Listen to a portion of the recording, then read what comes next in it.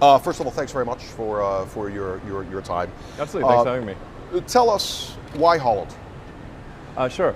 Sorry, should we wait for that guy to go past? No, go. Okay, is that okay? We want the All right. action in the You want background. the We're all action, good. all right, So okay. why the Netherlands? Okay. So the reason we wanted to go to Holland or Netherlands is because we wanted essentially a neutral country and one with excellent shipping access.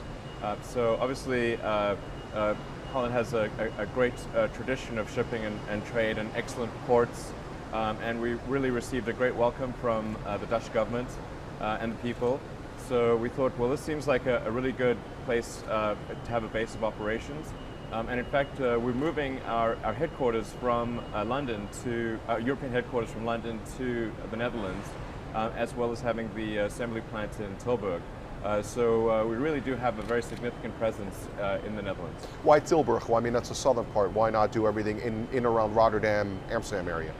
Yeah, we considered a number of locations, but it just happened that we found the place that really seemed to fit well in Tilburg. And we're looking at it from the standpoint of optimizing the logistics for access throughout Europe, because we'll be delivering, I think, as many cars in Europe as we deliver in North America. So we see Europe as at least as big a market as North America. So it's very important for us to be able to have excellent access particularly to continental Europe. And that's another reason why it makes sense to have our headquarters in continental Europe, because if we had it in say in the UK, then well, it'd be a bit silly, because we'd be building cars and then shipping them across the channel, and it makes much more sense to have it in Europe.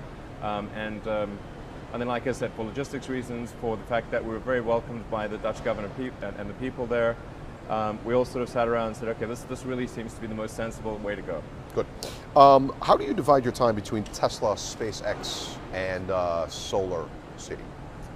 I spend about half my time, well, my aspiration is to spend about half my time on Tesla and about half on SpaceX. I'm chairman of Solar City, but I don't run it day to day. In the last year or so, I've spent a majority of my time on Tesla, because it was important to complete the product and get the factory up and running, deal with the expansion of service and getting into multiple markets and that kind of thing. So for the last year or so, it's probably been 70% at Tesla, but on average, I try to split my time roughly evenly. How do you do it? I work a lot. It's been quite intense, I have to say, and I do want to maybe reduce my work time maybe by 10% or something like that. My New Year's resolution was to have more fun, because although there were a lot of achievements in prior years, and obviously it feels good in retrospect, it was extremely stressful and difficult at the time. So I'd like to just maybe work 10% less. I mean, I was doing 90 to 100 hours, so maybe 80 hours, which is not that much when you consider it's two companies. So that's only 40 hours a week each, if it's 50-50. So, And is that working out for you? I'm getting there. I hope to be there by the end of the year. Good. We last spoke. We've met before in I guess sort of in the infancy stage in Menlo Park briefly in 2008. And okay. Wow. So you've obviously seen quite a bit of change. I've seen the. Well, let's talk about that for the moment. We had talked back then about the economy of scale, and that the Roadster really was meant for the high-end user as your fourth or fifth car. Right. Work the economy of scale, much like the cell phone of presidents and CEOs of companies back in the 80s, right. And what they have. How far along the economy of scale are we 5-6 years down, 6 years later? Well, going from the Roadster to the Model S, certainly we've made huge improvements in economies of scale, and that's allowed us to reduce the price while adding a great deal of functionality to the vehicle. But in addition, we've been able to optimize the technology. We've done a major design iteration with going from the Roadster to the Model S. With any new technology, in order for it to become accessible to the mass market, you really need to go through multiple iterations, multiple versions of the technology.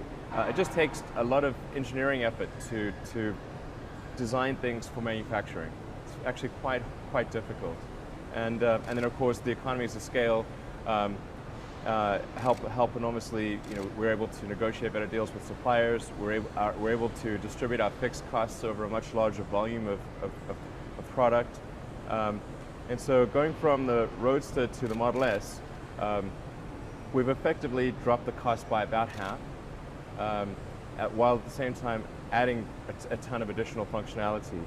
And then going from the Model S to our third generation vehicle, which is probably 3 to 4 years from now, we hope to cut the price in half again. It'll be a bit of a smaller vehicle, and maybe not quite as many features coming as default. A way to think about third generation vehicle is a bit like maybe a BMW 3 Series or an Audi A4, whereas the Model S is like a BMW 5 to 7 Series or an Audi A7 or something like that. You've paid off the, what is it, $465 million loan in an impressive 9 years ahead of schedule. Yeah. Partly because of, I guess, the rise in stock, also partly because of the excellent selling Model S in the first quarter. Sales are expected around 21,000 or so in this year, 2013. Yeah, Can that early success rate maintain its course? Because I know that there's a vast difference between, let's say, the first quarter and at the end of the year, things happen to change. Do you expect that to continue? No, actually, I expect that our volume will continue to increase quite a bit. In fact, our limitation right now is not demand, but supply. So, in fact, if someone wants to order a Model S for Europe, they need to place their order right away if they want it this year. Because if you place an order now, I think you get it maybe in November. So it's maybe a 4-month wait, and that's likely to increase. And the wait in the U.S. is actually going to get very long because up till June, all of our production was going to North America, and now we've allocated almost half of our production to Europe. So, what we're spending our time on right now is not trying to figure out how to increase demand, but we're trying to figure out how to increase production while maintaining high quality standards. That's our main challenge. How did you get from producing 5 a month to now, I guess, 400 a month to whatever you can produce to meet the demand down the road? Yeah, so we were at 400 a week, earlier this year, and now we're at around 500 to 550 a week. So we've increased actually by 20 to 30% even from the beginning of the year. By the end of this year, we're hopefully going to be above 600 a week, but that's dependent on supply constraints. So the thing that a lot of people don't, I mean, if you think about it, it's obvious, but a lot of people don't quite appreciate that there are several thousand unique components in a car, and even if one of those components cannot keep pace in production, then that limits your total production.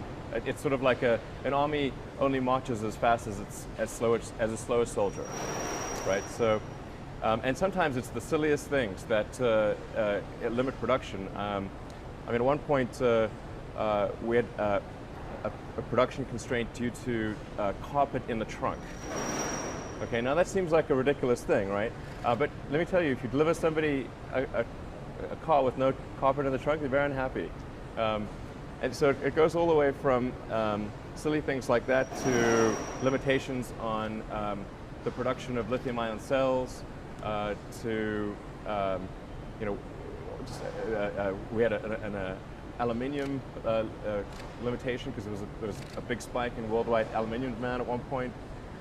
So it's really dealing with supply and production and logistics constraints that are what preoccupy my time at Tesla. Obviously, the battery is paramount to your success and the improvement technology. The battery is the single most important thing, but it's not. It's always important to not overemphasize the battery. The battery is the single most important thing, but it's also extremely important to consider how efficient the car is. So the battery is like the bank account of sort of how much money you have, but then your standard of living is how well you spend that money. You know, it's both factors. You know, and so in the car, being very aerodynamically efficient and being light for the size of the car is extremely important. So that's why our car has an all aluminum body and chassis. We have the lowest drag coefficient of any car currently in production, our drivetrain is extremely efficient. You know, the motor, the inverter, the gearbox, and all that takes that energy from the battery pack and translates it into motion. All of those things are extremely important. And if you just focus on the battery pack and you don't take a great care on how efficiently the energy is used, then the range will be low. So you have to have both pieces. We've seen already a drastic improvement in battery technology. I mean, when it first came out, I guess it was AC to DC. Now it's DC to DC. We're talking about supercharging stations. When do we see, you know, the next great increase in range, which maintains to this day, you know, the range anxiety is still in the back of people's minds? Sure. Well, it's worth noting that the Model S, depending upon what speed you drive, has a usable range of up to about 300 miles, or essentially 450 to 500 kilometers. In fact, I'd say it's got a even at fairly high speeds, a useful range of around 400 kilometers. So that's not too bad. Then we've combined, as you alluded to, AC and DC. So whereas the Roadster could only take AC charging, the Model S actually has a high voltage junction box and can actually take DC through the same plug that feeds AC. It can take high voltage DC directly to the battery pack. And we've developed an advanced charging technology, which we call the supercharger, obviously reusing a word from the traditional automotive arena, that is able to charge at 120 kilowatts, which is a tremendous amount of power. To give a frame of reference, a typical house might use 2 kilowatts. So you're talking about 60 times a house power. So in order to do that, you have to do this complex, ultra high-speed electromagnetic dance, essentially, between the charger and the battery pack. And they have to the charger really needs to understand the battery pack and have a tight feedback loop. So it's always measuring the temperature and the current and making sure everything's done exactly right. That's what's needed in order to charge at that rate. But the net result is at 120 kilowatts, you can essentially charge up, call it 200 kilometers in like 20 minutes. So it's really pretty convenient. Now it's, you know, the issue of charging stations. Yeah. You had talked about going coast to coast, and I live in New York. I see the East Coast not being an issue. I see obviously the West Coast not being an issue. How do you connect the dots? Where do we, when we want to drive a Tesla and go from coast to coast, have the one charging station in Kansas or in Oklahoma or somewhere in that big giant vastness of Midwest America, where they may say, what's it worth to us if we get one car a month that comes by here? Where do you connect those dots? How do you plan to allay the fears of a skeptical public that says, you know what, we're good to go coast to coast? Sure. So Tesla is rapidly deploying the supercharging stations throughout North America, and we're beginning to deploy them in Europe as well. So by the end of this year, you'll be able to travel just using our supercharger network from north to south on the coasts, and from Los Angeles all the way to New York, and we'll have covered almost all the major metro areas. By the end of next year, we'll have probably 90% of the North American population covered with the supercharger network. So it's expanding very rapidly. And it's important to note that the Tesla Superchargers are and always will be free. So whenever you buy a Tesla Model S, you're actually buying the ability to travel long distance for free forever. And then we're putting solar panels on the supercharging locations so that they're powered by sunlight. And so essentially the catchphrase we use is drive for free forever on pure sunlight. And I think that's, doesn't get better than that. And we're deploying, as I mentioned, the first superchargers in Europe. The very first will actually be in Norway. We did that because Norway actually has the highest per capita, the highest per capita purchases of the Model S in the world. In fact, sometimes people have this question of how well does our car work in the cold? And it's like, well, you should ask the Norwegians, okay? They're very, in fact, the individual who's bought more Teslas than anyone else in the world is a guy by the name of Jens Krudholm, who lives above the Arctic Circle in Norway and drives his car through the winter where it's permanent midnight. So he's great. But by the end of this year, we should have pretty widespread coverage of the supercharger in Europe, and by the end of next year, we should be able to travel almost anywhere in Western Europe using the Tesla supercharger network, also for free. And in Europe, it's going to make an even bigger difference because the cost of petroleum is so much higher than it is in the US. Yep. Yep. 5 minutes before knowing it. We're 15 minutes in, right? About 20 minutes in. All right. Last questions about Tesla. Okay. Some negative publicity has come out. One aspect. Second aspect is the problems with the dealerships. Anyway. Answer it any way you want. Europe is much more progressive than the U.S. In this regard. So in the U.S., there are these sort of these really highly restrictive laws that make it difficult for us to sell cars directly in certain states, and. But these laws are only present in the US, they're not present in Europe or Canada or Asia. So we don't anticipate any, and we haven't had any issues in Europe with direct sales. So I think it's somewhat parochial to the US on the dealer front. And the whole New York Times thing, I know you've answered it a million times. Feel free to do your 30 seconds now. I think that the New York Times thing is kind of water under the bridge at this point. But I think that there was a review that really was not up to the journalistic standards of the New York Times, and the actual review was contrary to the data logged by the car. So it was a fabricated article in the New York Times. It's not the first time it's happened.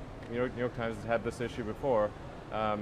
Obviously it happens in every newspaper at some point that you get reporters who write articles that are just not true.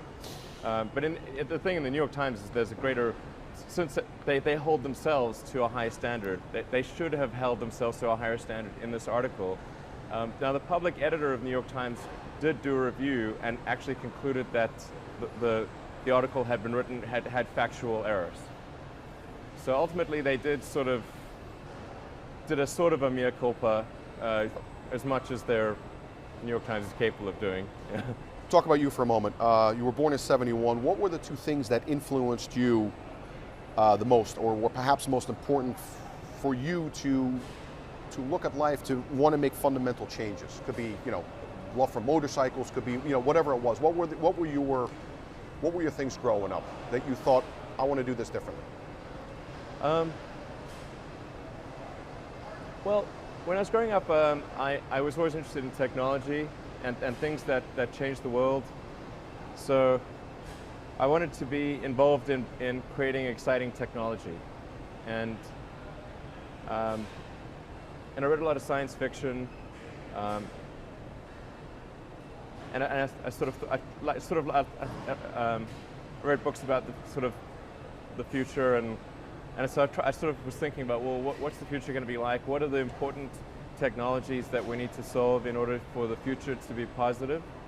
And that's where my interest comes from with Tesla and SpaceX and Solar City. It's very important for us to have sustainable energy production and consumption I think it's important that humanity become a spacefaring civilization and be out there exploring the stars, and of course, I mean, there are many other things that are important, advancements in the internet, medicine, genetics, and all that. But the areas that I thought were really important, or most important in my view, were the internet, and then sustainable energy. Like if we don't solve sustainable energy, then tautologically we have a severe problem, and even without environmental consequences, we will face economic collapse, right?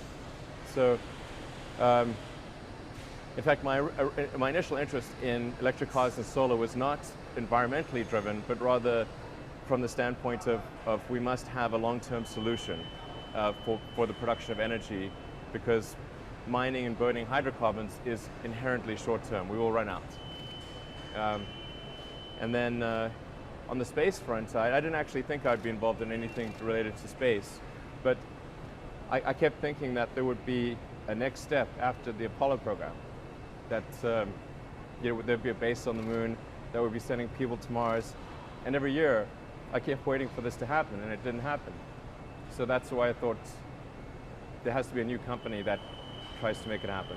Why is Mars so important to you? Well, Mars is the only place where we can create a self-sustaining human civilization, in my opinion.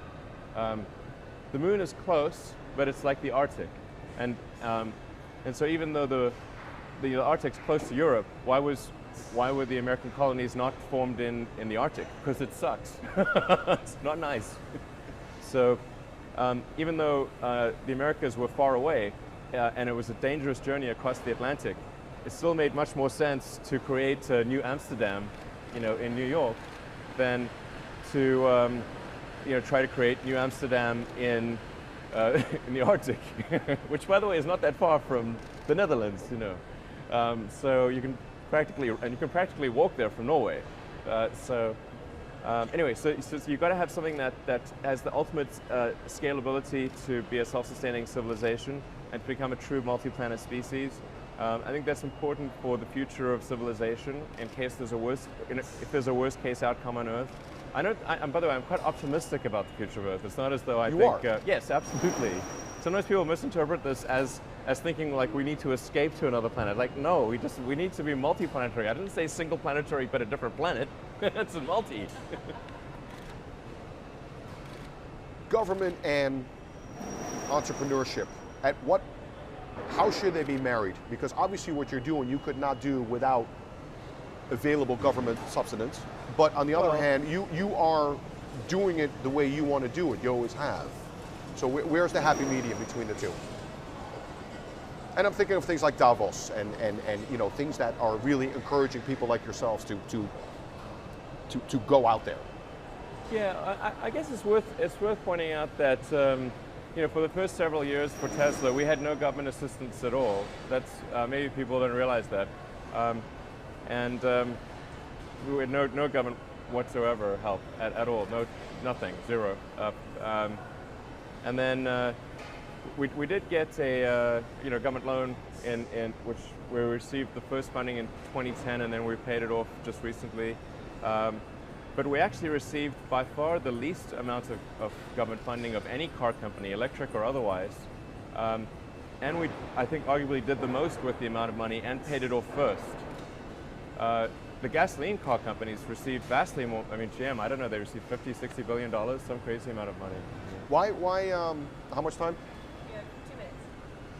How much Fisker failed, Leaf is teetering, the Volt is teetering. Why your success? Well, I think it's important in any industry to have a compelling product at a reasonable price. So whether it's cars or anything else, the product itself has to be great. And in the case of the Fisker, they had issues with spontaneous combustion. It was very unreliable. The performance, it looked good, but the performance wasn't there. And I think this is reflective of the fact that Henrik Fisker is a stylist, but not an engineer. And so he didn't have a great respect for engineering and production. And he felt that those things were generic. and obviously, we believe in the value of aesthetics, but when you're talking about an advanced technology like an electric car, the core engineering is extremely important. And you have to propose like the bit for argument. So it's not, bit for styling. Would we have electric cars? No, it's not a styling problem. It's a technology problem. And so if you look at the underlying technology and say the Fisco, the Volt, the Leaf, it's not that great. That's at the heart of it. I have a final question for you, and it's about you. Are you stubborn or impatient to get things done in the right way? In other words, you see something, you don't see it anywhere out there, you're going to do it yourself. Are you, I'm going to do this right? Are you impatient that if these things were happening and you didn't have to do it, would that be okay? How should we view you when it comes to this vision? Patience is definitely not one of my virtues, I'd say. But I'm impatient, but I'm also somewhat of a perfectionist about all the details, both the visible things and the things that are hard to see. So I think probably my desire to be a perfectionist with respect to the product is greater than my impatience. So I would rather have a great, essentially I will not ship a bad product. I refuse to ship a bad product.